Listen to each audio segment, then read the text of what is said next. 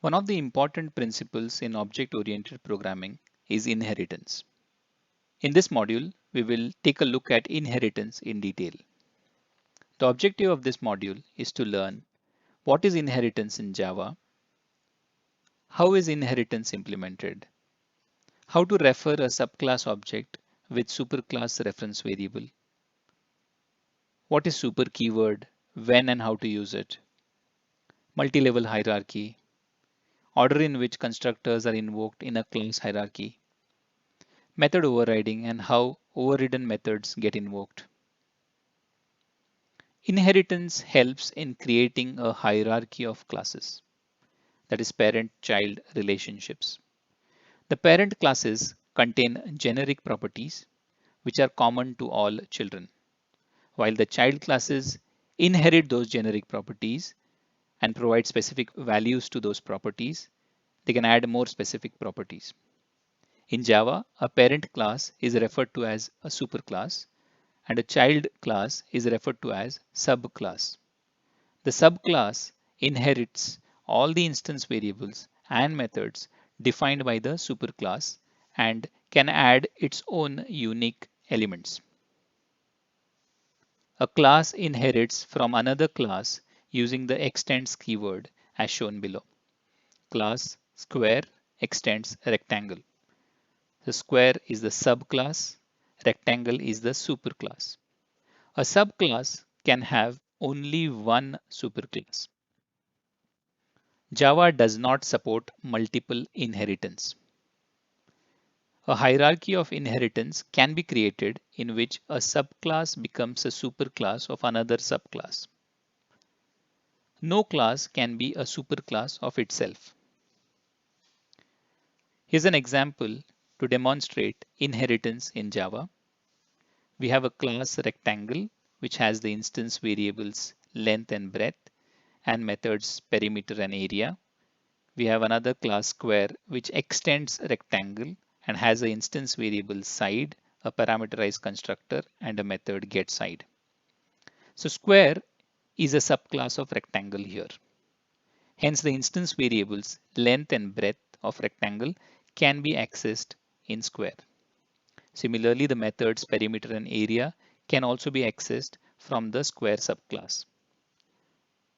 Since square is a special type of rectangle where the length and breadth are equal, the same methods which are defined in rectangle can be reused by the square. We don't have to write separate methods perimeter and area in square. Here's a class basic inheritance demo which has a main method, and we create instances of rectangle and square in this method. The first, an instance of rectangle is created and the values of length and breadth are initialized. And then the perimeter and area methods are invoked on the reference variable rectangle. And the values of the perimeter and area of the rectangle are printed. Next, we have the square instance created using the parameterized constructor by passing the value of the side. And the perimeter and area methods are invoked on the square reference variable. The values of the perimeter and area are printed. The output of the above program is shown below. Since square is a subclass of rectangle, the perimeter and area methods can be used.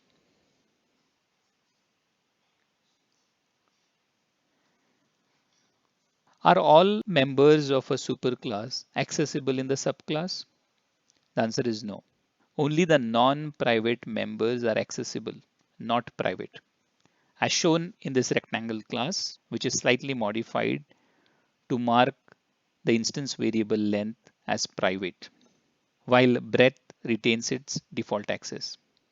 So in this case, when the length variable is tried to be accessed in square, it results in a compilation error.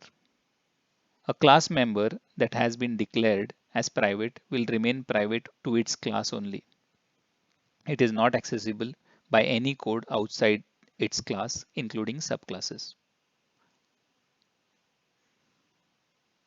In the inheritance example slide, we saw how a reference variable of type rectangle refers to the rectangle instance and a reference variable of type square refers to the square instance. Now, can a reference variable of type rectangle refer to a square instance? Yes, that is possible. And if you think about it, it makes sense too. A square is a special type of rectangle, which can conversely be said as rectangle is a square with equal length and breadth. Hence, the reference variable of rectangle can be used to refer to the square object. As seen in this program, we have an instance of square created using the parameterized constructor and passing the value of the side, and an instance variable of rectangle is assigned the value of the instance variable of type square. Hence, rectangle refers to this square object. So the rectangle reference variable can be used to access the methods perimeter and area, but it cannot access the instance variable side. It is important to understand that at compile time, it is the type of the reference variable, not the object type, which determines which members of the class can be accessed. In this case, since the reference variable type is rectangle, its methods perimeter and area are accessible. Side is not in rectangle and cannot be accessed. If tried to be accessed, it will result in a compilation error as shown below, unresolved compilation problem. Side cannot be resolved or is not a field. So what is super? Super is a keyword in Java. It is used when a subclass needs to refer to its immediate superclass. It has two general forms. One, to call the superclass's constructor. Second, to access superclass's member that has been hidden by the subclass's member. Let's look at how we can use super to call the superclass's constructor. A subclass can call superclass's constructor by using super followed by the list of arguments. The argument list is any arguments needed by the superclass's constructor. Super must always be the first statement executed inside a subclass's constructor. Here's an improved version of the rectangle and the square classes, where the instance variables are marked private. With this, the square class will not have a direct access to length and breadth of rectangle superclass to initialize them. In order to follow the object-oriented principle of encapsulation and efficiently initialize the values, Java provides super. In the parameterized constructor of square, which is the subclass of rectangle, super is called with arguments side, comma side. This causes the rectangle constructor to be invoked, which initializes the length and the breadth using the values of side provided. In this case, super is called with two arguments since the rectangle constructor takes two parameters. Since the constructors can be overloaded, super can be called with the number of arguments equal to the number of parameters in the constructor. Some points to remember. When a subclass calls super, it is calling the constructor of its immediate superclass. Thus, super always refers to the superclass immediately above the calling class. This is true even in a multi-level hierarchy. Super must always be the first statement executed inside a subclass's constructor.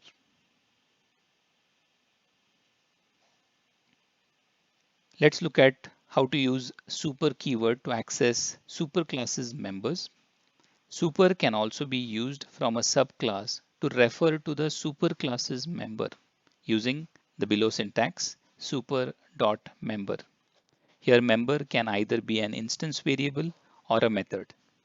This form of super is applicable to situations in which member names of a subclass hide the members which have the same name in the superclass.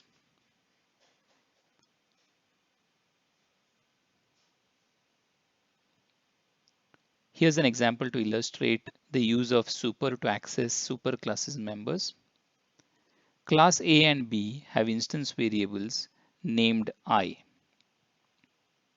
Since class B is a subclass of class A, it hides the superclass's instance variable. In order to access the superclass's instance variable, it needs to use super as shown in this program. The output of the program is shown below.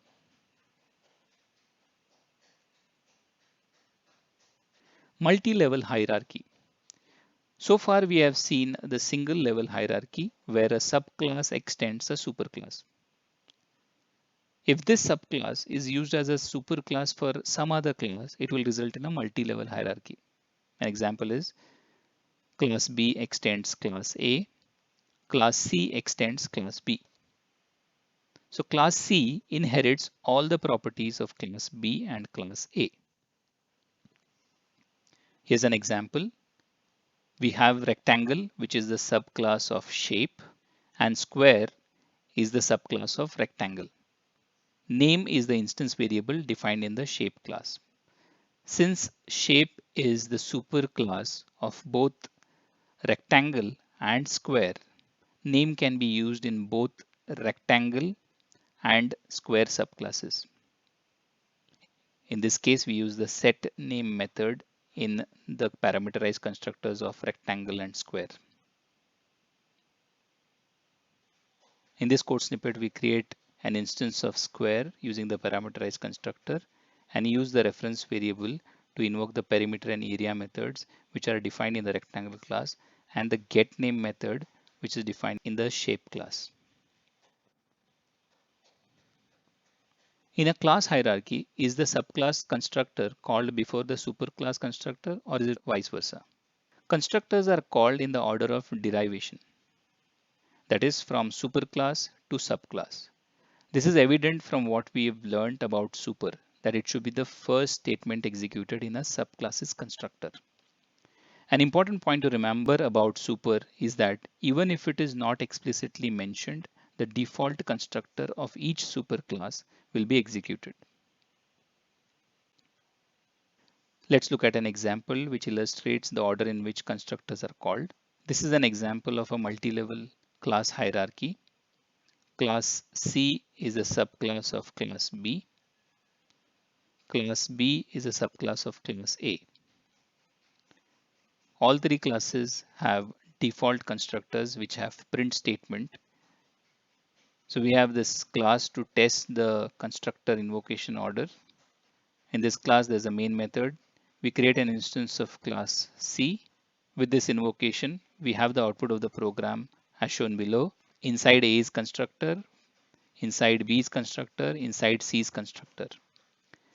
As we can see, the constructors are called in the order of derivation. A's constructor is called first, followed by the B's constructor, followed by the C's constructor. If you think about it, it makes sense that the constructors are executed in the order of derivation because a superclass has no knowledge of any subclass. Any initialization it needs to perform is separate from and possibly is a prerequisite to any initialization performed by the subclass. Therefore, it must be executed first. Method overriding is a condition in a class hierarchy when a method in a subclass has the same signature, that is the name and parameters, as the method in its superclass. When an overridden method is called from within a subclass, it is always the subclass method which is invoked. The method defined by the superclass is hidden. Here's a program to illustrate method overriding in Java. We have class rectangle, which is a subclass of class shape. The class shape has a method draw, which provides a basic implementation. Rectangle class overrides this method draw and provides its implementation. So in this program, we have a main method and we create an instance of rectangle by using the parameterized constructor and passing the length and breadth argument values. And when we invoke the rectangle.draw, the output of the program is rectangle.draw. When draw is invoked on the rectangle object, the draw method defined in the rectangle class is invoked. The draw method defined in rectangle overrides the draw method in shape.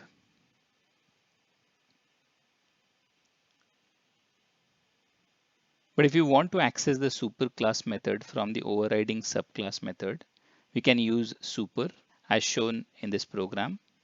In the draw method of the rectangle class, we invoke super.draw. So when we create an instance of rectangle and invoke the draw method, first the draw method of shape is executed, followed by the code that is provided in the draw method of the rectangle. Hence the output of the program is shape.draw followed by rectangle.draw. Dynamic method dispatch. Method overriding forms the basis for one of the Java's most powerful concepts, dynamic method dispatch. Now what is it? Dynamic method dispatch is the mechanism by which a call to an overridden method is resolved at runtime rather than compile time. Dynamic method dispatch is important because this is how Java implements runtime polymorphism. We have seen how a superclass reference variable can refer to a subclass object. Let's consider the previous example, but rather than using the rectangle reference variable, we will use shape reference variable. So we have class shape, which is extended by rectangle. So the rectangle is the subclass of superclass shape. So in this program, basic inheritance demo, we have a main method and we create an instance of rectangle, but assign it to the shape reference variable and invoke the draw method on the shape reference variable. Now, what should be the output? Shouldn't the output of the program be shape.draw? But if you see the output, it is rectangle.draw. Despite the superclass's reference variable, the subclass method is invoked. This is because it is not the type of the reference variable, but the type of the object that the reference variable refers to, which decides which class's method should be invoked at runtime. But why overridden methods? What is runtime polymorphism? In simple terms, it is the determination of which subclass's object elements to refer to at runtime. But why is polymorphism important? It helps achieve one interface, multiple methods. That is, a superclass reference can refer to any of its subclass objects in the class hierarchy. It allows a superclass to specify methods that will be common to all subclasses, while allowing subclasses to define specific implementations of some or all of those methods. It allows code reuse and robustness in the code.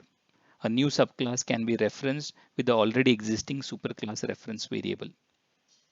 How is runtime polymorphism achieved in Java? It is achieved through the use of overridden methods. Let's look at this method overriding example. The program consists of a superclass shape, which has the instance variables height and width. It also defines an area method, which provides an irrelevant generic implementation. Rectangle and triangle are two subclasses of class shape. Both these classes override the area method and provide their specific implementations.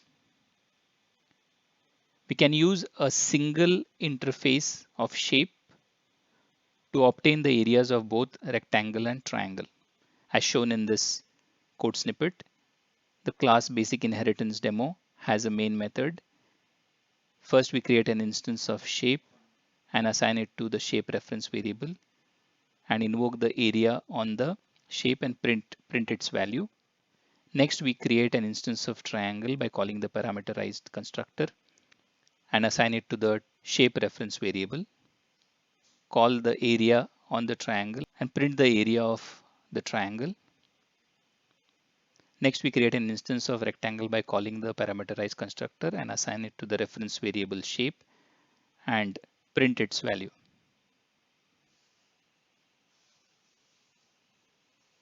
To summarize, we have learned that one class can inherit from another class using the extends keyword. The class which is inherited is called superclass, while the inheriting class is called the subclass. The subclass inherits only the non-private members of its superclass. Superclass reference variable can refer to a subclass object. A subclass can inherit from only one superclass. but superclass can have its own superclass. This is referred to as multi-level hierarchy. A subclass can define a method which is exactly same in signature as the one defined in superclass. Such methods are called overridden methods. Calls to overridden methods are resolved at runtime. Hence, it helps in achieving runtime polymorphism.